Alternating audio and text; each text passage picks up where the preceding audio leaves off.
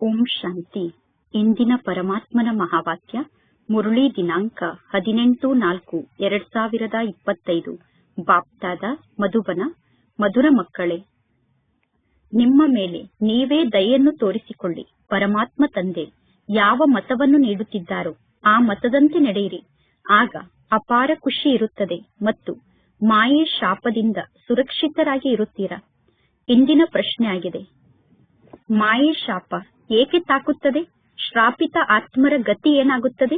ಉತ್ತರ. First point, ಪರಮಾತ್ಮ ತಂದೆಯನ್ನು ತಿರಸ್ಕಾರ ಮಾಡಿದಾಗ ಮತ್ತು ಮನ್ಮತದಂತೆ ನಡೆದಾಗ ಮಾಯೆ ಶಾಪ ತಾಕುತ್ತದೆ.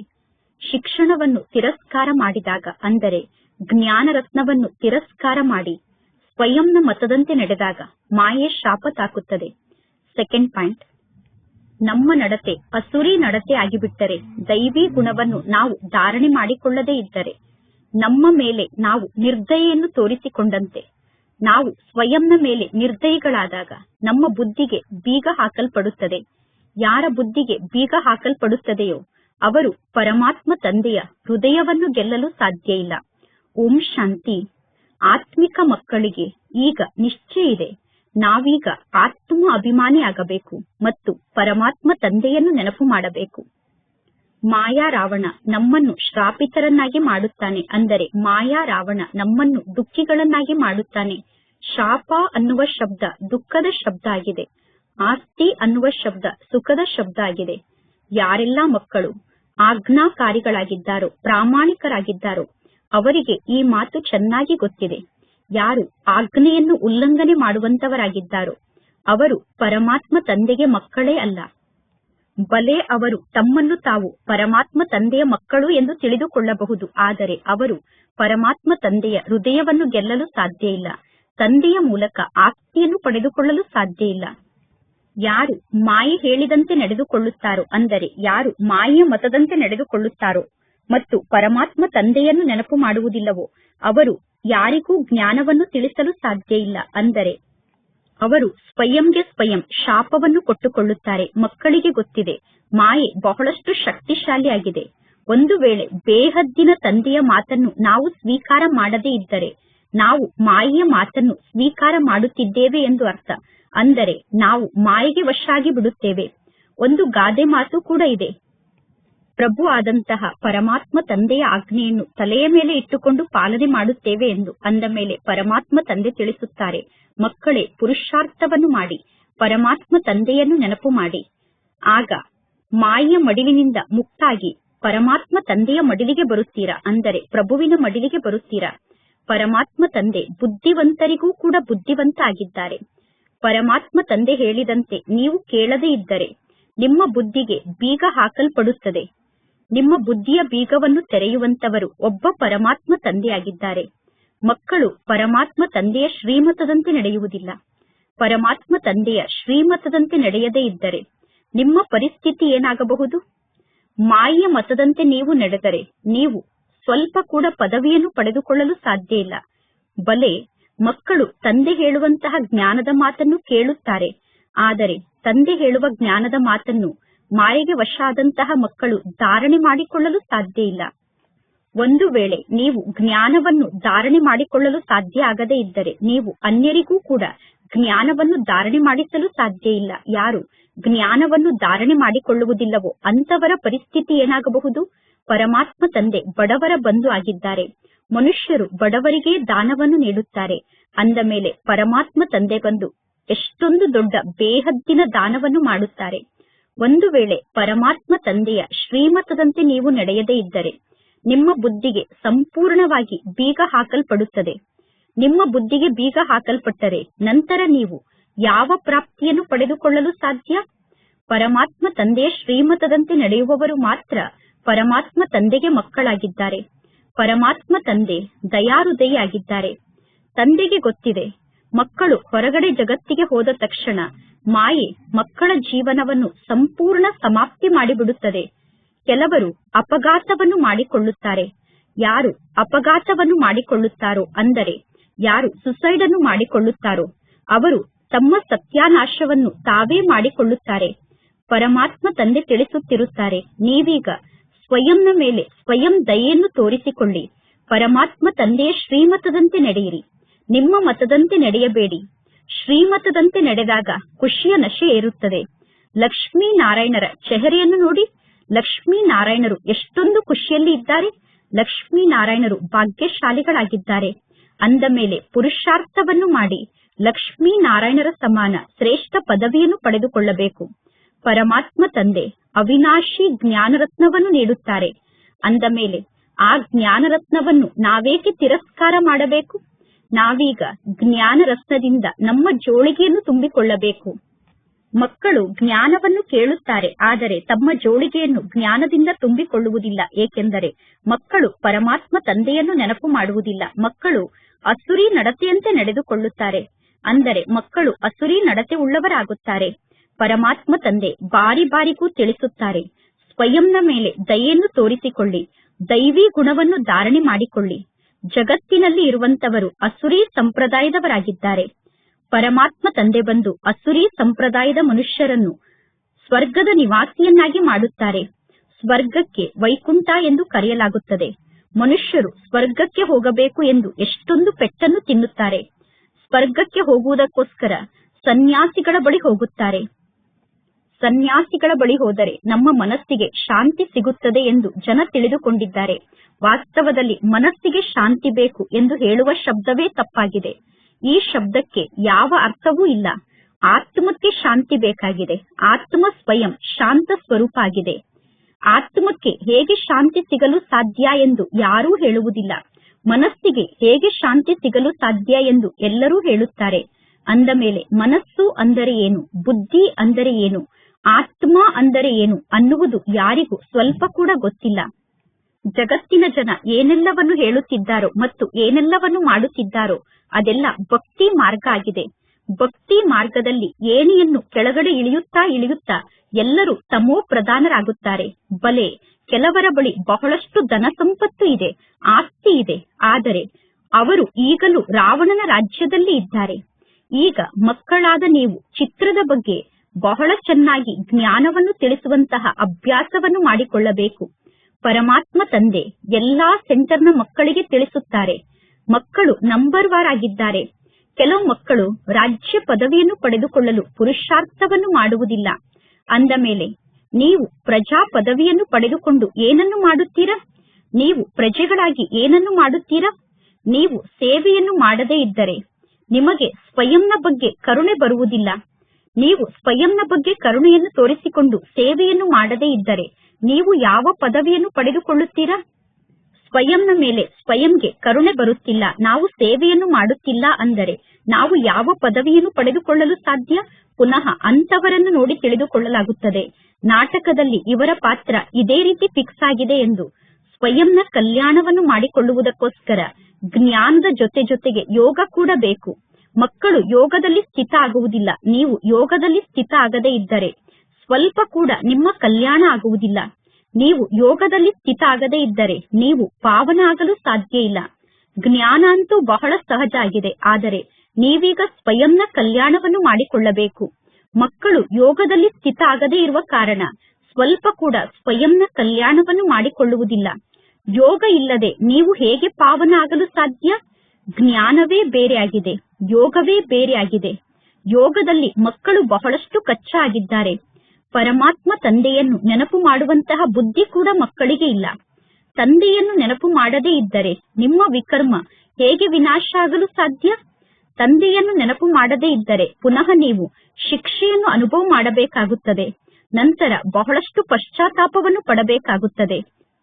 ಲೌಕಿಕ ಜಗತ್ತಿನಲ್ಲಿ ಸ್ಥೂಲ ಸಂಪಾದನೆಯನ್ನು ಮಾಡಿಕೊಳ್ಳದೇ ಇದ್ದರೆ ಯಾರು ಶಿಕ್ಷೆಯನ್ನು ಅನುಭವ ಮಾಡುವುದಿಲ್ಲ. ಈ ಜ್ಞಾನ ಮಾರ್ಗದಲ್ಲಿ ಪಾಪದ ಹೊರೆ ತಲೆಯ ಮೇಲೆ ಬಹಳಷ್ಟು ಇದೆ. ಯಾರ ತಲೆಯ ಮೇಲೆ ಪಾಪದ ಹೊರೆ ಇದೆಯೋ ಅವರು ಬಹಳಷ್ಟು ಶಿಕ್ಷೆಯನ್ನು ಅನುಭವ ಮಾಡಬೇಕಾಗುತ್ತದೆ. ಪರಮಾತ್ಮ ತಂದೆಗೆ ಮಕ್ಕಳಾಗಿ ಒಂದು ವೇಳೆ ನಾವು ನಮ್ಮ ಸಮಯವನ್ನು ವ್ಯರ್ಥವಾಗಿ ಕಳೆದು ಸಂಪಾದನೆಯನ್ನು ಕೆಡಿಸಿಕೊಂಡರೆ ನಮಗೆ ಬಹಳಷ್ಟು ಶಿಕ್ಷೆ ಸಿಗುತ್ತದೆ. ಪರಮಾತ್ಮ ತಂದೆಯಂತೂ ತಿಳಿಸುತ್ತಾರೆ, ಸ್ವಯಂನ ಮೇಲೆ ದಯೆಯನ್ನು ತೋರಿಸಿಕೊಳ್ಳಿ, ಯೋಗದಲ್ಲಿ ಸ್ಥಿತ ಆಗಿ. ಇಲ್ಲದಿದ್ದರೆ ವ್ಯರ್ಥವಾಗಿ ನಿಮಗೆ ನೀವೇ ನಷ್ಟವನ್ನು ಮಾಡಿಕೊಳ್ಳುತ್ತೀರಾ. ಹೇಗೆ ಕೆಲವರು ಮೇಲಿನಿಂದ ಕೆಳಗಡೆ ಬೀಳುತ್ತಾರೆ, ಮೇಲಿನಿಂದ ಕೆಳಗಡೆ ಬಿದ್ದ ನಂತರ ಅವರು ಸಾಯುವುದಿಲ್ಲ. ಅಂತವರು ಹಾಸ್ಪಿಟಲ್ನಲ್ಲೇ ಪೇಷಂಟ್ ಆಗಿ ಇರಬೇಕಾಗುತ್ತದೆ. ಹಾಸ್ಪಿಟಲ್ನಲ್ಲಿ ಪೇಷಂಟ್ ಆಗಿ ಮಲಗಿರುವಾಗ ಅವರು ಕೂಗುತ್ತಿರುತ್ತಾರೆ, ನಾನು ಏಕಾದರೂ ಮೇಲಿನಿಂದ ಕೆಳಗಡೆ ಬಿದ್ದೆನೋ ಏನೋ, ನಾನು ಸಾಯಲೂ ಇಲ್ಲ, ಇನ್ನು ಬದುಕಿದರೂ ಕೂಡ ಯಾವ ಕೆಲಸಕ್ಕೂ ಉಪಯೋಗಕ್ಕೆ ಬರುತ್ತಿಲ್ಲ ಎಂದು ಅವರೇ ಚಿಂತೆಯನ್ನು ಮಾಡುತ್ತಾರೆ. ಈ ಜ್ಞಾನ ಮಾರ್ಗದಲ್ಲೂ ಕೂಡ ಅದೇ ರೀತಿ ಆಗುತ್ತದೆ. ಮೇಲೆ ಏರಿದರೆ ಬಹಳ ಶ್ರೇಷ್ಠ ಪದವಿ ಸಿಗುತ್ತದೆ. ಮಕ್ಕಳು ಶ್ರೀಮತದಂತೆ ನಡೆಯದೇ ಇದ್ದರೆ ಕೆಳಗಡೆ ಬಿದ್ದು ಬಿಡುತ್ತಾರೆ. ಮುಂದೆ ಹೋದಂತೆ ಪ್ರತಿಯೊಬ್ಬರು ನಿಮ್ಮ ಪದವಿಯನ್ನು ನೀವೇ ನೋಡಿಕೊಳ್ಳಬಹುದು. ನಾನು ಯಾವ ಪದವಿಯನ್ನು ಪಡೆದುಕೊಳ್ಳುತ್ತೇನೆ ಅಂದರೆ ನಾನು ಏನಾಗುತ್ತೇನೆ ಎಂದು ನೀವು ಸ್ವಯಂ ಅರ್ಥ ಮಾಡಿಕೊಳ್ಳಬಹುದು. ಯಾರು ಸೇವಾದಾರಿಗಳಾಗಿದ್ದಾರೋ, ಆಜ್ಞಾಕಾರಿಗಳಾಗಿದ್ದಾರೋ ಅವರೇ ಶ್ರೇಷ್ಠ ಪದವಿಯನ್ನು ಪಡೆದುಕೊಳ್ಳುತ್ತಾರೆ. ನೀವು ಆಜ್ಞಾಕಾರಿಗಳಾಗದೇ ಇದ್ದರೆ, ಸೇವಾದಾರಿಗಳಾಗದೇ ಇದ್ದರೆ ನೀವು ಹೋಗಿ ದಾಸದಾಸಿಯರಾಗುತ್ತೀರಾ. ನಂತರ ಬಹಳ ಕಠಿಣ ಶಿಕ್ಷೆ ನಿಮಗೆ ಸಿಗುತ್ತದೆ. ಶಿಕ್ಷೆಯನ್ನು ನೀಡುವ ಸಮಯದಲ್ಲಿ ಪರಮಾತ್ಮ ತಂದೆ ಮತ್ತು ಬ್ರಹ್ಮ ತಂದೆ ಇಬ್ಬರು ಧರ್ಮರಾಜನ ರೂಪದಲ್ಲಿ ಇರುತ್ತಾರೆ. ಆದರೆ ಮಕ್ಕಳು ಈ ಮಾತನ್ನು ತಿಳಿದುಕೊಳ್ಳುವುದೇ ಇಲ್ಲ.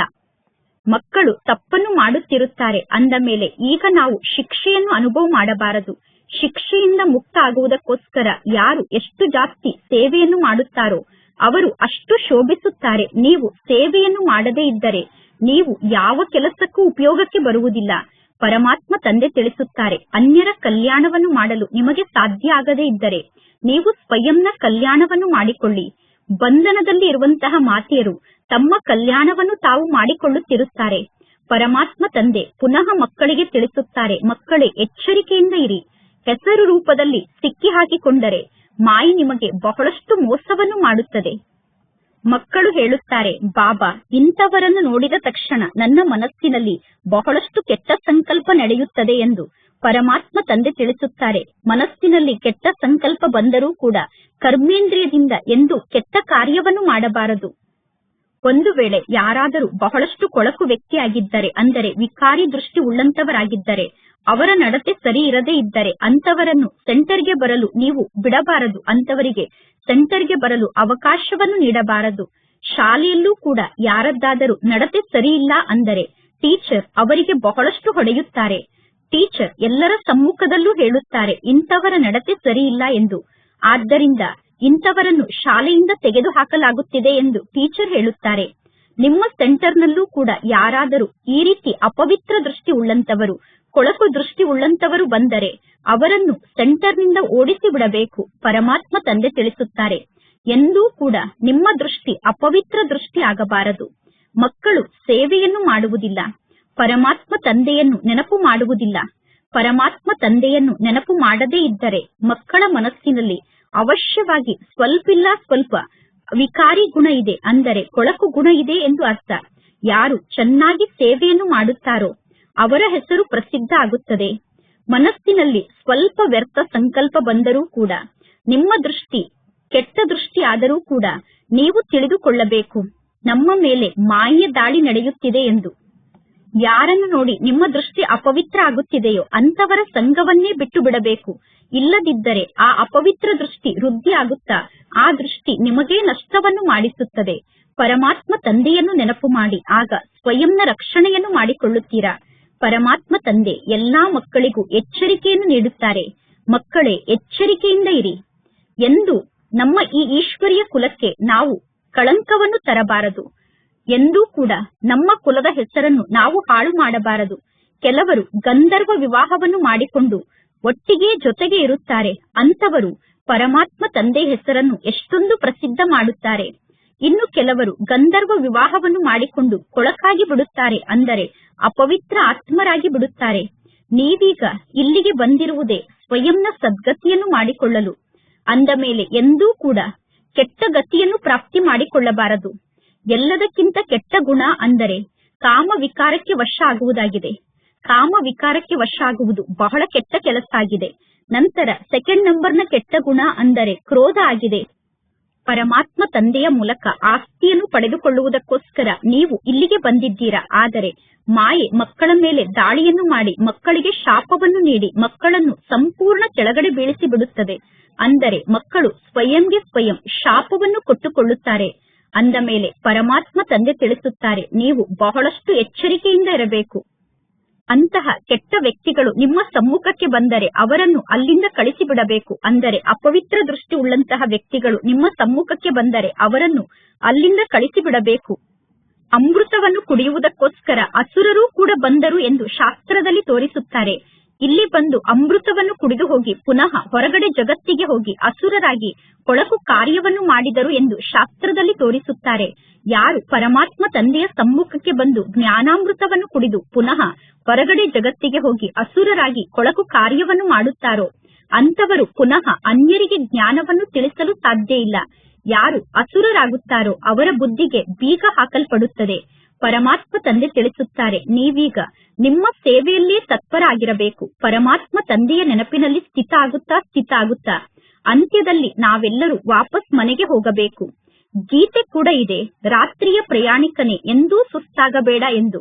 ಆತ್ಮ ಈಗ ಮನೆಗೆ ಹೋಗಬೇಕು. ಆತ್ಮವೇ ಪ್ರಯಾಣಿಕ ಆಗಿದೆ. ಆತ್ಮಕ್ಕೆ ಪ್ರತಿದಿನ ತಿಳಿಸಲಾಗುತ್ತದೆ, ಈಗ ನೀವು ಶಾಂತಿಧಾಮದ ಪ್ರಯಾಣಿಕರಾಗಿದ್ದೀರಾ, ನೀವೀಗ ಶಾಂತಿಧಾಮಕ್ಕೆ ಹೋಗುವ ಪ್ರಯಾಣಿಕರಾಗಿದ್ದೀರಾ ಎಂದು ಪರಮಾತ್ಮ ತಂದೆ ಆತ್ಮರಿಗೆ ತಿಳಿಸುತ್ತಾರೆ. ಅಂದ ಮೇಲೆ ನೀವೀಗ ನಿಮ್ಮ ತಂದೆಯನ್ನು ನೆನಪು ಮಾಡಿ ಮತ್ತು ಮನೆಯನ್ನು ನೆನಪು ಮಾಡಿ ಹಾಗೂ ಆಸ್ತಿಯನ್ನು ನೆನಪು ಮಾಡಿ ಸ್ವಯಂ ಅನ್ನು ನೋಡಿಕೊಳ್ಳಬೇಕು. ಮಾಯೆ ಎಲ್ಲೂ ನನಗೆ ಮೋಸವನ್ನು ಮಾಡುತ್ತಿಲ್ಲ ತಾನೆ? ನಾನೀಗ ನನ್ನ ತಂದೆಯನ್ನು ನೆನಪು ಮಾಡುತ್ತಿದ್ದೇನಾ ಎಂದು ಸ್ವಯಂ ಅನ್ನು ನೋಡಿಕೊಳ್ಳಬೇಕು. ಸರ್ವಶ್ರೇಷ್ಠ ಪರಮಾತ್ಮ ತಂದೆಯ ಕಡೆ ನಮ್ಮ ದೃಷ್ಟಿ ಇರಬೇಕು. ನಮ್ಮ ದೃಷ್ಟಿಗೆ ಕೇವಲ ಒಬ್ಬ ಸರ್ವಶ್ರೇಷ್ಠ ಪರಮಾತ್ಮ ತಂದೆ ಕಾಣಿಸುತ್ತಿರಬೇಕು. ಇದು ಬಹಳ ಶ್ರೇಷ್ಠ ಪುರುಷಾರ್ಥ ಆಗಿದೆ. ಪರಮಾತ್ಮ ತಂದೆ ತಿಳಿಸುತ್ತಾರೆ, ಮಕ್ಕಳೇ, ಅಪವಿತ್ರ ದೃಷ್ಟಿಯನ್ನು ತ್ಯಾಗ ಮಾಡಿ, ಕೊಳಕು ದೃಷ್ಟಿಯನ್ನು ತ್ಯಾಗ ಮಾಡಿ. ದೇಹಾಭಿಮಾನಕ್ಕೆ ವಶ ಆಗುವುದು ಅಂದರೆ ಕೊಳಕು ದೃಷ್ಟಿ ಉಳ್ಳವರಾಗುವುದು, ಅಪವಿತ್ರ ದೃಷ್ಟಿ ಉಳ್ಳವರಾಗುವುದು. ಆತ್ಮ ಅಭಿಮಾನಿಯಾಗುವುದು ಅಂದರೆ ಶುದ್ಧ ದೃಷ್ಟಿ ಉಳ್ಳವರಾಗುವುದು. ಅಂದ ಮೇಲೆ ಮಕ್ಕಳ ದೃಷ್ಟಿ ಸದಾ ತಂದೆಯ ಮೇಲೆ ಇರಬೇಕು. ಅಂದರೆ ಮಕ್ಕಳಿಗೆ ತಮ್ಮ ದೃಷ್ಟಿಗೆ ತಂದೆಯೇ ಕಾಣಿಸುತ್ತಿರಬೇಕು. ಆಸ್ತಿ ಬಹಳಷ್ಟು ಶ್ರೇಷ್ಠ ಆಗಿದೆ. ವಿಶ್ವದ ರಾಜ್ಯಭಾಗ್ಯ ನಮಗೆ ಸಿಗುತ್ತದೆ. ವಿಶ್ವದ ರಾಜ್ಯಭಾಗ್ಯವನ್ನು ಪಡೆದುಕೊಳ್ಳುವುದು ಕಡಿಮೆ ಮಾತೇನೂ ಅಲ್ಲ. ವಿಶ್ವದ ರಾಜ್ಯಭಾಗ್ಯ ನನಗೆ ಸಿಗುತ್ತದೆ ಅನ್ನುವ ವಿಚಾರ ಸ್ವಪ್ನದಲ್ಲೂ ಯಾರಿಗೂ ಇರಲಿಲ್ಲ. ಈ ಶಿಕ್ಷಣದ ಮೂಲಕ, ಈ ಯೋಗದ ಮೂಲಕ ವಿಶ್ವದ ರಾಜ್ಯಭಾಗ್ಯ ನನಗೆ ಸಿಗಬಹುದು ಅನ್ನುವ ವಿಚಾರ ನಮ್ಮ ಕನಸಿನಲ್ಲೂ ಕೂಡ ಇರಲಿಲ್ಲ. ಶಿಕ್ಷಣವನ್ನು ಕಲಿತು ನಾವೀಗ ಶ್ರೇಷ್ಠ ಪದವಿಯನ್ನು ಪಡೆದುಕೊಳ್ಳುತ್ತೇವೆ. ಅಂದ ಮೇಲೆ ನಮ್ಮನ್ನು ನೋಡಿ ತಂದೆ ಕೂಡ ಖುಷಿ ಪಡುತ್ತಾರೆ. ನಾವು ಶ್ರೇಷ್ಠ ಪದವಿಯನ್ನು ಪಡೆದುಕೊಂಡರೆ ಟೀಚರ್ ಕೂಡ ನಮ್ಮನ್ನು ನೋಡಿ ಖುಷಿ ಪಡುತ್ತಾರೆ. ಸದ್ಗುರು ಕೂಡ ನಮ್ಮನ್ನು ನೋಡಿ ಖುಷಿ ಪಡುತ್ತಾರೆ. ಪರಮಾತ್ಮ ತಂದೆಯನ್ನು ನೀವು ನೆನಪು ಮಾಡುತ್ತಿದ್ದರೆ ಪರಮಾತ್ಮ ತಂದೆ ನಿಮಗೆ ಪಾಲನೆಯನ್ನು ನೀಡಿ ನಿಮ್ಮನ್ನು ಇನ್ನೂ ಉತ್ಸಾಹದಲ್ಲಿ ತಂದು ಮೇಲೆ ಎತ್ತುತ್ತಾರೆ. ಪರಮಾತ್ಮ ತಂದೆ ತಿಳಿಸುತ್ತಾರೆ, ಮಕ್ಕಳೇ, ನಿಮ್ಮಲ್ಲಿರುವಂತಹ ಇಂತಹ ಅವಗುಣವನ್ನು ಸಮಾಪ್ತಿ ಮಾಡಿಕೊಳ್ಳಿ. ನಿಮ್ಮಲ್ಲಿರುವ ಇಂತಹ ಅವಗುಣವನ್ನು ಸಮಾಪ್ತಿ ಮಾಡಿಕೊಳ್ಳದೇ ಇದ್ದರೆ ನೀವು ವ್ಯರ್ಥವಾಗಿ ನಿಮ್ಮ ಹೆಸರನ್ನು ಹಾಳು ಮಾಡಿಕೊಳ್ಳುತ್ತೀರಾ. ಪರಮಾತ್ಮ ತಂದೆ ನಮ್ಮನ್ನು ವಿಶ್ವಕ್ಕೆ ಮಾಲೀಕರನ್ನಾಗಿ ಮಾಡುತ್ತಾರೆ. ಪರಮಾತ್ಮ ತಂದೆ ನಮ್ಮ ಸೌಭಾಗ್ಯವನ್ನು ಬೆಳಗಿಸುತ್ತಾರೆ. ಭಾರತದ ನಿವಾಸಿಗಳೇ 100% ಸೌಭಾಗ್ಯಶಾಲಿಗಳಾಗಿದ್ದರು. ನಂತರ ಭಾರತದ ನಿವಾಸಿಗಳೇ 100% ದುರ್ಭಾಗ್ಯಶಾಲಿಗಳಾಗಿದ್ದಾರೆ. ನೀವೀಗ ಪುನಃ ಸೌಭಾಗ್ಯಶಾಲಿಗಳಾಗಬೇಕು. ಪರಮಾತ್ಮ ತಂದೆ ನಿಮ್ಮನ್ನು ಪುನಃ ಸೌಭಾಗ್ಯಶಾಲಿಯನ್ನಾಗಿ ಮಾಡುವುದಕ್ಕೋಸ್ಕರ ನಿಮಗೆ ಶಿಕ್ಷಣವನ್ನು ಕಲಿಸುತ್ತಿದ್ದಾರೆ. ಪರಮಾತ್ಮ ತಂದೆ ತಿಳಿಸಿದ್ದಾರೆ, ಧಾರ್ಮಿಕ ವ್ಯಕ್ತಿಗಳಲ್ಲಿ ಯಾರು ಬಹಳಷ್ಟು ದೊಡ್ಡ ವ್ಯಕ್ತಿಗಳಾಗಿದ್ದಾರೋ ಅವರೂ ಕೂಡ ನಿಮ್ಮ ಬಳಿ ಬರುತ್ತಾರೆ. ದೊಡ್ಡ ದೊಡ್ಡ ಧರ್ಮದ ಪ್ರಮುಖ ವ್ಯಕ್ತಿಗಳು ಕೂಡ ನಿಮ್ಮ ಬಳಿ ಬರುತ್ತಾರೆ. ಇಲ್ಲಿಗೆ ಬಂದು ಅವರು ಯೋಗವನ್ನು ಕಲಿತು ಹೋಗುತ್ತಾರೆ. ನಿಮ್ಮ ಮ್ಯೂಸಿಯಂ ಅನ್ನು ನೋಡುವುದಕ್ಕೋಸ್ಕರ ಎಷ್ಟೆಲ್ಲಾ ಯಾತ್ರಿಕರು ಬರುತ್ತಾರೋ ಅವರಿಗೆ ನೀವು ತಿಳಿಸಬೇಕು, ಈಗ ಸ್ವರ್ಗದ ಗೇಟ್ ಅನ್ನು ತೆರೆಯಲಾಗುತ್ತಿದೆ. ವೃಕ್ಷದ ಬಗ್ಗೆ ಅವರಿಗೆ ತಿಳಿಸಿ, ನೋಡಿ, ಇಂತಹ ಸಮಯದಲ್ಲಿ ಇಂತಹ ಧರ್ಮದ ಆತ್ಮರು ಬರುತ್ತಾರೆ. ಭಾರತದ ನಿವಾಸಿಗಳು ತಮ್ಮ ಪಾತ್ರವನ್ನು ಇಂತಹ ಸಮಯದಲ್ಲಿ ಅಭಿನಯ ಮಾಡುತ್ತಾರೆ. ಅಂದರೆ ಭಾರತದ ನಿವಾಸಿಗಳ ಪಾತ್ರ ಈ ಸೃಷ್ಟಿ ನಾಟಕದಲ್ಲಿ ಇಂತಹ ಸಮಯದಲ್ಲಿ ಇದೆ ಎಂದು ಅವರಿಗೆ ತಿಳಿಸಬೇಕು. ನೀವೀಗ ಈ ಜ್ಞಾನವನ್ನು ಕೇಳುತ್ತೀರಾ. ನೀವು ಪುನಃ ಈ ಜ್ಞಾನವನ್ನು ಹೋಗಿ ನಿಮ್ಮ ದೇಶದವರಿಗೆ ತಿಳಿಸಿ. ಪರಮಾತ್ಮ ತಂದೆಯನ್ನು ನೆನಪು ಮಾಡಿ, ಆಗ ನೀವು ಸತೋ ಪ್ರಧಾನರಾಗುತ್ತೀರಾ ಅನ್ನುವ ಮಾತನ್ನು ನಿಮ್ಮ ದೇಶದವರಿಗೆ ತಿಳಿಸಿ. ಪರಮಾತ್ಮ ತಂದೆಯನ್ನು ನೆನಪು ಮಾಡಿ, ಆಗ ನೀವು ತಮೋ ಪ್ರಧಾನರಿಂದ ಸತೋ ಪ್ರಧಾನರಾಗುತ್ತೀರಾ. ಯೋಗವನ್ನು ಕಲಿಯಬೇಕು ಅನ್ನುವ ಇಚ್ಛೆ ಎಲ್ಲರಿಗೂ ಇದೆ. ಹಠಯೋಗಿಗಳು, ಸನ್ಯಾಸಿಗಳು ಜಗತ್ತಿನ ಜನರಿಗೆ ಯೋಗವನ್ನು ಕಲಿಸಲು ಸಾಧ್ಯ ಇಲ್ಲ. ವಿದೇಶದವರಿಗೆ ಹಠಯೋಗಿಗಳು, ಸನ್ಯಾಸಿಗಳು ಈ ರಾಜಯೋಗವನ್ನು ಕಲಿಸಲು ಸಾಧ್ಯ ಇಲ್ಲ. ನಿಮ್ಮ ಈ ಮಿಷನರಿ ಹೊರಗಡೆ ಜಗತ್ತಿಗೂ ಕೂಡ ಹೋಗುತ್ತದೆ.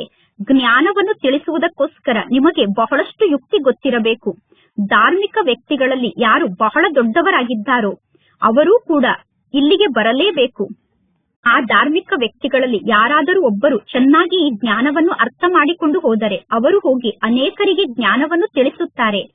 ಒಬ್ಬರ ಬುದ್ಧಿಯಲ್ಲಿ ಜ್ಞಾನ ಧಾರಣೆ ಆದರೆ ನಂತರ ಪೇಪರ್ನಲ್ಲೂ ಕೂಡ ಈ ಜ್ಞಾನದ ಮಾತು ಪ್ರಿಂಟ್ ಆಗುತ್ತದೆ. ಅವರು ಪೇಪರ್ನಲ್ಲೂ ಈ ಜ್ಞಾನದ ಮಾತನ್ನು ಪ್ರಿಂಟ್ ಮಾಡಿಸುತ್ತಾರೆ. ಇದೆಲ್ಲವೂ ನಾಟಕದಲ್ಲಿ ಫಿಕ್ಸ್ ಆಗಿದೆ. ಇಲ್ಲದಿದ್ದರೆ ಪರಮಾತ್ಮ ತಂದೆಯನ್ನು ನೆನಪು ಮಾಡುವುದನ್ನು ಅವರು ಹೇಗೆ ಕಲಿಯಲು ಸಾಧ್ಯ? ಪರಮಾತ್ಮ ತಂದೆಯ ಪರಿಚಯ ಎಲ್ಲರಿಗೂ ಸಿಗಲೇಬೇಕು. ಎಲ್ಲರೂ ತಂದೆಯ ಪರಿಚಯವನ್ನು ಕೇಳಿದ ನಂತರ ಕೆಲವರು ಈ ಜ್ಞಾನ ಮಾರ್ಗಕ್ಕೆ ಬರುತ್ತಾರೆ. ಮ್ಯೂಸಿಯಂನಲ್ಲಿ ಹಳೆಯ ವಸ್ತುವನ್ನು ನೋಡಲು ಎಲ್ಲರೂ ಹೋಗುತ್ತಾರೆ. ನಿಮ್ಮ ಬಳಿ ಬಹಳ ಹಳೆಯ ಜ್ಞಾನ ಇದೆ, ನೀವೀಗ ಬಹಳ ಹಳೆಯ ಜ್ಞಾನವನ್ನು ತಿಳಿಸುತ್ತೀರಾ ಅಂದ ಮೇಲೆ ಅನೇಕರು ಜ್ಞಾನವನ್ನು ಕೇಳಲು ಬರುತ್ತಾರೆ. ಬಂದಂತಹ ಅನ್ಯ ಧರ್ಮದ ಆತ್ಮರಲ್ಲಿ ಕೆಲವರು ಜ್ಞಾನವನ್ನು ಚೆನ್ನಾಗಿ ಅರ್ಥ ಮಾಡಿಕೊಳ್ಳುತ್ತಾರೆ. ಈ ಸ್ಥಾನದಿಂದಲೇ ಎಲ್ಲರಿಗೂ ದೃಷ್ಟಿ ಸಿಗುತ್ತದೆ. ನಂತರ ನಿಮ್ಮ ಈ ಈಶ್ವರೀಯ ಮಿಷನ್ ಜ್ಞಾನವನ್ನು ತಿಳಿಸುವುದಕ್ಕೋಸ್ಕರ ಹೊರಗಡೆ ದೇಶಕ್ಕೂ ಹೋಗುತ್ತದೆ. ಅಂದರೆ ನೀವು ಜ್ಞಾನವನ್ನು ತಿಳಿಸುವುದಕ್ಕೋಸ್ಕರ ವಿದೇಶಕ್ಕೆ ಹೋಗುತ್ತೀರಾ. ನೀವೀಗ ಹೇಳುತ್ತೀರಾ ಪರಮಾತ್ಮ ತಂದೆಯನ್ನು ನೆನಪು ಮಾಡಿ, ಆಗ ನೀವು ನಿಮ್ಮ ಧರ್ಮದಲ್ಲಿ ಶ್ರೇಷ್ಠ ಪದವಿಯನ್ನು ಪಡೆದುಕೊಳ್ಳುತ್ತೀರಾ ಎಂದು. ಪುನರ್ಜನ್ಮವನ್ನು ಪಡೆದುಕೊಳ್ಳುತ್ತಾ ಎಲ್ಲರೂ ಕೆಳಗಡೆ ಬಂದು ಬಿಟ್ಟಿದ್ದಾರೆ. ಎಲ್ಲರೂ ಕೆಳಗಡೆ ಇಳಿಯಲೇಬೇಕು. ಕೆಳಗಡೆ ಇಳಿಯುವುದು ಅಂದರೆ ತಮೋ ಪ್ರಧಾನರಾಗುವುದಾಗಿದೆ. ಪೋಪ್ ಮುಂತಾದವರು ಪರಮಾತ್ಮ ತಂದೆಯನ್ನು ನೆನಪು ಮಾಡಿ ಎಂದು ಹೇಳಲು ಸಾಧ್ಯ ಇಲ್ಲ, ಏಕೆಂದರೆ ಅವರಿಗೆ ಪರಮಾತ್ಮ ತಂದೆಯ ಬಗ್ಗೆ ಗೊತ್ತಿಲ್ಲ. ನಿಮ್ಮ ಬಳಿ ಈ ಜ್ಞಾನ ಬಹಳ ಚೆನ್ನಾಗಿ ಇದೆ, ನಿಮಗೆ ಚೆನ್ನಾಗಿ ಜ್ಞಾನ ಗೊತ್ತಿದೆ. ಬಹಳ ಸುಂದರ ಚಿತ್ರಗಳು ತಯಾರಾಗುತ್ತಾ ಹೋಗುತ್ತದೆ. ಸುಂದರ ಚಿತ್ರ ಇದ್ದಾಗ ಮ್ಯೂಸಿಯಂ ಕೂಡ ಬಹಳಷ್ಟು ಸುಂದರವಾಗಿ ಕಾಣಿಸುತ್ತದೆ. ಮ್ಯೂಸಿಯಂನಲ್ಲಿ ಚಿತ್ರವನ್ನು ನೋಡುವುದಕ್ಕೋಸ್ಕರ ಅನೇಕರು ಬರುತ್ತಾರೆ. ಎಷ್ಟು ದೊಡ್ಡ ಚಿತ್ರ ಇರುತ್ತದೆಯೋ ಅಷ್ಟು ಚೆನ್ನಾಗಿ ನೀವು ಜ್ಞಾನವನ್ನು ತಿಳಿಸಬಹುದು. ಜ್ಞಾನವನ್ನು ತಿಳಿಸುವಂತಹ ಆಸಕ್ತಿ ಮಕ್ಕಳಿಗೆ ಇರಬೇಕು. ನಾವು ಹೇಗೆ ಜ್ಞಾನವನ್ನು ತಿಳಿಸುವುದು ಅನ್ನುವ ಆಸಕ್ತಿ ಮಕ್ಕಳಿಗೆ ಇರಬೇಕು. ಸದಾ ನಿಮ್ಮ ಬುದ್ಧಿಯಲ್ಲಿ ಈ ಮಾತಿನ ಸ್ಮೃತಿ ಇರಬೇಕು. ನಾವೀಗ ಬ್ರಾಹ್ಮಣರಾಗಿದ್ದೇವೆ ಅಂದ ಮೇಲೆ ಈಗ ನಾವು ಎಷ್ಟು ಜಾಸ್ತಿ ಸೇವೆಯನ್ನು ಮಾಡುತ್ತೇವೋ ಅಷ್ಟು ಜಾಸ್ತಿ ನಮಗೆ ಗೌರವ ಸಿಗುತ್ತದೆ. ಇಲ್ಲಿ ನಮಗೆ ಗೌರವ ಸಿಕ್ಕರೆ ಸತ್ಯುಗದಲ್ಲೂ ಕೂಡ ಗೌರವ ಸಿಗುತ್ತದೆ. ನೀವೀಗ ಪೂಜ್ಯರಾಗುತ್ತೀರಾ. ಈ ಈಶ್ವರೀಯ ಜ್ಞಾನವನ್ನು ನೀವು ಧಾರಣೆ ಮಾಡಿಕೊಳ್ಳಬೇಕು. ಪರಮಾತ್ಮ ತಂದೆ ತಿಳಿಸುತ್ತಾರೆ, ಸೇವೆಗೋಸ್ಕರ ಎಲ್ಲಾ ಕಡೆ ಓಡುತ್ತಿರಬೇಕು. ಪರಮಾತ್ಮ ತಂದೆ ಯಾವ ಸ್ಥಾನಕ್ಕೆ ಬೇಕಾದರೂ ಸೇವೆಗೋಸ್ಕರ ಮಕ್ಕಳನ್ನು ಕಳಿಸಬಹುದು. ತಂದೆ ಸೇವೆಗೋಸ್ಕರ ಎಲ್ಲಿಗೆ ನಿಮ್ಮನ್ನು ಕಳಿಸುತ್ತಾರೋ ಅದರಲ್ಲೇ ನಿಮ್ಮ ಕಲ್ಯಾಣ ಸಮಾವೇಶ ಆಗಿದೆ. ಇಡೀ ದಿನ ಬುದ್ಧಿಯಲ್ಲಿ ಸೇವೆಯ ವಿಚಾರವೇ ನಡೆಯುತ್ತಿರಬೇಕು. ವಿದೇಶದವರಿಗೂ ಕೂಡ ಪರಮಾತ್ಮ ತಂದೆಯ ಪರಿಚಯವನ್ನು ನೀಡಬೇಕು. ಅತಿ ಪ್ರೀತಿಯ ತಂದೆಯನ್ನು ನೆನಪು ಮಾಡಿ. ಯಾವುದೇ ದೇಹದಾರಿ ಗುರುವನ್ನು ನೆನಪು ಮಾಡಬೇಡಿ. ಅಂದರೆ ದೇಹದಾರಿಯನ್ನು ನಿಮ್ಮ ಗುರುವನ್ನಾಗಿ ಮಾಡಿಕೊಳ್ಳಬೇಡಿ. ಸರ್ವರಿಗೂ ಸದ್ಗತಿದಾತ ಒಬ್ಬ ಪರಮಾತ್ಮ ತಂದೆಯಾಗಿದ್ದಾರೆ. ಈಗ ಹೋಲ್ಸೇಲ್ ಆಗಿ ಸಾವು ಸಮ್ಮುಖದಲ್ಲೇ ನಿಂತಿದೆ. ಹೇಗೆ ಹೋಲ್ಸೇಲ್ ಮತ್ತು ರಿಟೇಲ್ ವ್ಯಾಪಾರ ಇರುತ್ತದೆ ತಾನೆ? ಪರಮಾತ್ಮ ತಂದೆ ಹೋಲ್ಸೇಲ್ ವ್ಯಾಪಾರವನ್ನು ಮಾಡುತ್ತಾರೆ. ತಂದೆ ಹೋಲ್ಸೇಲ್ ಆಗಿ ಆಸ್ತಿಯನ್ನು ನೀಡುತ್ತಾರೆ. 21 ಜನ್ಮಕ್ಕೋಸ್ಕರ ವಿಶ್ವದ ರಾಜ್ಯಭಾಗ್ಯವನ್ನು ಪಡೆದುಕೊಳ್ಳಿ. ಮುಖ್ಯ ಚಿತ್ರ ಅಂದರೆ ತ್ರಿಮೂರ್ತಿಯ ಚಿತ್ರ, ಕಲ್ಪವೃಕ್ಷದ ಚಿತ್ರ, ಸೃಷ್ಟಿ ಚಕ್ರದ ಚಿತ್ರ, ಏಣಿಯ ಚಿತ್ರ ಮತ್ತು ವಿರಾಟ ರೂಪದ ಚಿತ್ರ ಆಗಿದೆ. ಹಾಗೂ ಗೀತೆಯ ಭಗವಂತ ಯಾರಾಗಿದ್ದಾರೆ ಅನ್ನುವ ಚಿತ್ರ ಆಗಿದೆ. ಈ ಚಿತ್ರಗಳು ಬಹಳಷ್ಟು ಫಸ್ಟ್ ಕ್ಲಾಸ್ ಆಗಿದೆ. ಈ ಚಿತ್ರದಲ್ಲಿ ಸಂಪೂರ್ಣವಾಗಿ ತಂದೆಯ ಮಹಿಮೆ ಇದೆ. ಪರಮಾತ್ಮ ತಂದೆ ಶ್ರೀಕೃಷ್ಣನನ್ನು ಹೇಗೆ ಶ್ರೀಕೃಷ್ಣನನ್ನಾಗಿ ಮಾಡುತ್ತಾರೆ ಅನ್ನುವ ಮಹಿಮೆ ಈ ಚಿತ್ರದಲ್ಲಿ ಇದೆ. ಆಸ್ತಿಯನ್ನು ಪರಮಾತ್ಮ ತಂದೆ ಮಕ್ಕಳಿಗೆ ನೀಡಿದ್ದಾರೆ. ಪರಮಾತ್ಮ ತಂದೆ ಮಕ್ಕಳಿಗೆ ಈ ಆಸ್ತಿಯನ್ನು ನೀಡಿದ್ದಾರೆ. ಕಲಿಯುಗದಲ್ಲಿ ಬಹಳಷ್ಟು ಜನ ಮನುಷ್ಯರಿದ್ದಾರೆ. ಸತ್ಯುಗದಲ್ಲಿ ಜನಸಂಖ್ಯೆ ಬಹಳ ಕಡಿಮೆ ಇರುತ್ತದೆ. ಅಂದ ಮೇಲೆ ಇಷ್ಟೆಲ್ಲ ಅದಲಿ ಬದಲಿಯನ್ನು ಯಾರು ಮಾಡಿದರು ಅನ್ನುವುದು ಯಾರಿಗೂ ಗೊತ್ತಿಲ್ಲ. ಯಾತ್ರಿಕರು ಬಹಳಷ್ಟು ಜನ ಬರುತ್ತಾರೆ. ದೊಡ್ಡ ದೊಡ್ಡ ನಗರಕ್ಕೆ ಯಾತ್ರಿಕರು ಬಹಳಷ್ಟು ಜನ ಬರುತ್ತಿರುತ್ತಾರೆ. ಅಂದ ಮೇಲೆ ಅವರೂ ನಿಮ್ಮ ಬಳಿ ಬಂದು ಪರಮಾತ್ಮ ತಂದೆಯ ಪರಿಚಯವನ್ನು ಪಡೆದುಕೊಳ್ಳುತ್ತಾರೆ. ಸೇವೆಯನ್ನು ಮಾಡುವುದಕ್ಕೋಸ್ಕರ ಬಹಳಷ್ಟು ಜ್ಞಾನದ ಪಾಯಿಂಟ್ಸ್ ನಿಮಗೆ ಸಿಗುತ್ತಿರುತ್ತದೆ. ವಿದೇಶಕ್ಕೂ ಕೂಡ ಸೇವೆಯನ್ನು ಮಾಡುವುದಕ್ಕೋಸ್ಕರ ಹೋಗಬೇಕು. ಒಂದು ಕಡೆ ಪರಮಾತ್ಮ ತಂದೆಯ ಪರಿಚಯವನ್ನು ನೀಡುತ್ತಿರಬೇಕು, ಇನ್ನೊಂದು ಕಡೆ ಯುದ್ಧ ಕೂಡ ನಡೆಯುತ್ತಿರುತ್ತದೆ. ಸತ್ಯಯುಗದಲ್ಲಿ ಜನಸಂಖ್ಯೆ ಬಹಳ ಕಡಿಮೆ ಇರುತ್ತದೆ. ಇನ್ನು ಉಳಿದಿದ್ದೆಲ್ಲ ವಿನಾಶ ಆಗುತ್ತದೆ. ವಿಶ್ವದ ಇತಿಹಾಸ ಮತ್ತು ಭೂಗೋಳ ಪುನರಾವರ್ತನೆ ಆಗುತ್ತದೆ. ಏನೆಲ್ಲ ಆಗಿ ಹೋಗಿದೆಯೋ ಅದು ಪುನಃ ಪುನರಾವರ್ತನೆ ಆಗುತ್ತದೆ. ಆದರೆ ಯಾರಿಗಾದರೂ ಈ ಜ್ಞಾನವನ್ನು ತಿಳಿಸುವಂತಹ ಬುದ್ಧಿ ನಿಮಗೆ ಇರಬೇಕು. ಒಳ್ಳೆಯದು. ಮಧುರಾತಿ ಮಧುರ ಅಗಲಿ ಹೋಗಿ ಮರಳಿ ಸಿಕ್ಕಿರುವ ಮಕ್ಕಳ ಪ್ರತಿ ಮಾತ್ಪಿತಾ ಬಾಪ್ದಾದರವರ ನೆನಪು, ಪ್ರೀತಿ ಹಾಗೂ ಸುಪ್ರಭಾತ. ಆತ್ಮಿಕ ಮಕ್ಕಳಿಗೆ ಆತ್ಮಿಕ ತಂದೆಯ ನಮಸ್ತೆ. ಆತ್ಮಿಕ ತಂದೆಗೆ ಆತ್ಮಿಕ ಮಕ್ಕಳ ನೆನಪು, ಪ್ರೀತಿ ಹಾಗೂ ನಮಸ್ತೆ ನಮಸ್ತೆ ನಮಸ್ತೆ. ಧಾರಣೆಗೋಸ್ಕರ ಮುಖ್ಯ ಸಾರ. ಫಸ್ಟ್ ಪಾಯಿಂಟ್, ನಿಮ್ಮ ದೃಷ್ಟಿ ಸದಾ ಒಬ್ಬ ತಂದೆಯ ಮೇಲೆ ಇರಬೇಕು. ಆತ್ಮ ಅಭಿಮಾನಿಯಾಗುವಂತಹ ಪುರುಷಾರ್ಥವನ್ನು ಮಾಡಿ ಮಾಯೆ ಪೆಟ್ಟಿನಿಂದ ಸ್ವಯಂನ ರಕ್ಷಣೆಯನ್ನು ಮಾಡಿಕೊಳ್ಳಬೇಕು. ಆತ್ಮ ಅಭಿಮಾನಿಯಾಗುವಂತಹ ಪುರುಷಾರ್ಥವನ್ನು ಮಾಡಿ ಮಾಯೆಯ ಮೋಸದಿಂದ ಸ್ವಯಂನ ರಕ್ಷಣೆಯನ್ನು ಮಾಡಿಕೊಳ್ಳಬೇಕು ಎಂದು ಕೆಟ್ಟ ದೃಷ್ಟಿಯನ್ನು ಇಟ್ಟುಕೊಂಡು ನಮ್ಮ ಕುಲದ ಹೆಸರನ್ನು ನಾವೇ ಕೆಡಿಸಿಕೊಳ್ಳಬಾರದು. ಸೆಕೆಂಡ್ ಪಾಯಿಂಟ್, ಸೇವೆಯನ್ನು ಮಾಡುವುದಕ್ಕೋಸ್ಕರ ಎಲ್ಲಾ ಕಡೆ ಓಡುತ್ತಿರಬೇಕು. ಸೇವೆಗೋಸ್ಕರ ಆ ಕಡೆ ಈ ಕಡೆ ಓಡುತ್ತಿರಬೇಕು.